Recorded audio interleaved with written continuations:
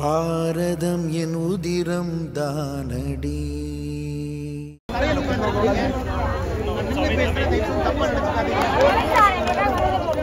நகரம் சுத்தமாக எல்லாவற்றையும் தாண்டி எங்களுக்கு தெரியும் கொரோனா காலகட்டத்தில் எத்தனை பேர் உயிர் கொடுத்தீங்க அப்படிங்கறத நாங்க நன்றி கடனோடு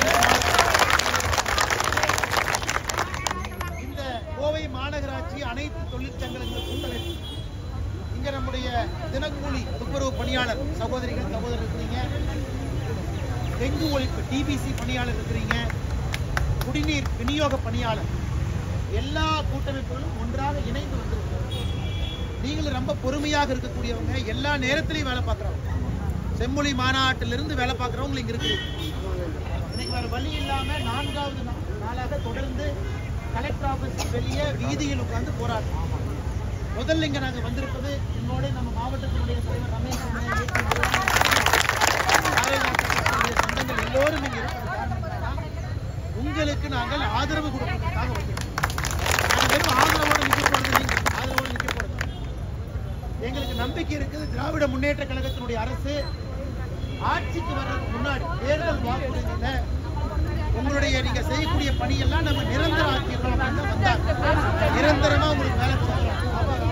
அதன் பிறகு எல்லா இடத்திலுமே தனியார் மயமாயிருச்சு. கடந்த 4 ஆண்டுகளா பாக்குறோம்.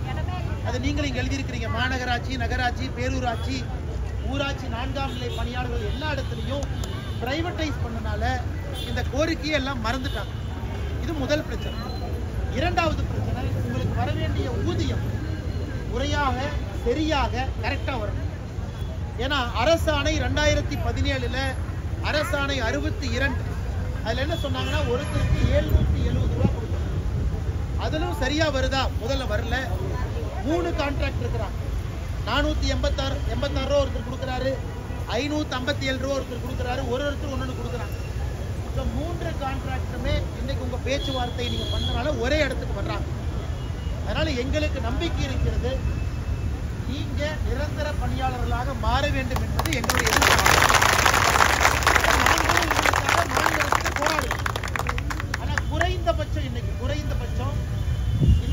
நம்முடைய மாநகராட்சியினுடைய கமிஷனர் ஐயா, கலெக்டர் ஐயா குறைந்தபட்சம் எல்லாம் இணைஞ்சு 3 கான்ட்ராக்டை கூப்பிட்டு உங்களுக்கு 770 ரூபாய் கொடுக்கணும் அப்படிங்கிறது குறைந்தபட்சமா நாங்க எதிர்பார்க்கிறோம். அதனால தலைவர் சொன்னாங்க 2 நாள் பார்க்கிறோம். 2 நாள்ல உங்க போராட்டம் முடிவுக்கு வரலைன்னா பாரதிய ஜனதா கட்சியும் உங்க போராட்டத்தை கலந்து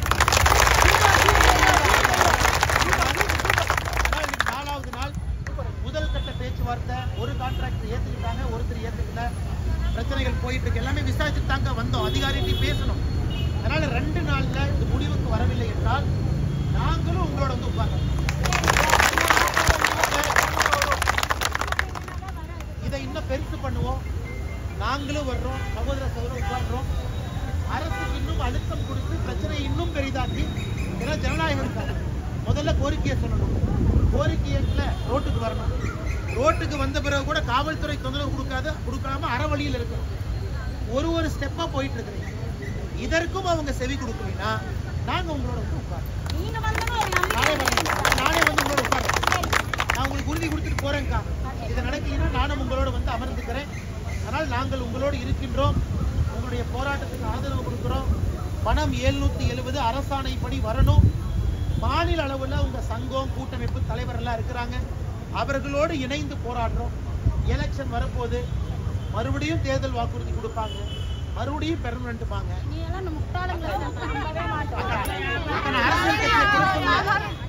இந்த முறை பெர்மனன்ட் பண்ணிட்டு எலெக்ஷனுக்கு போங்கன்னு சொல்லுங்க.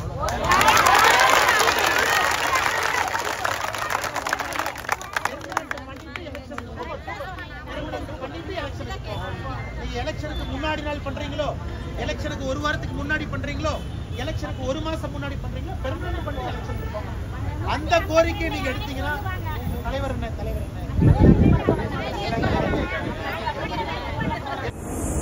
மேலும் இது போன்ற வீடியோக்களை காண தேசியவாத நியூஸ் யூடியூப் சேனலை சப்ஸ்கிரைப் செய்யுங்கள்.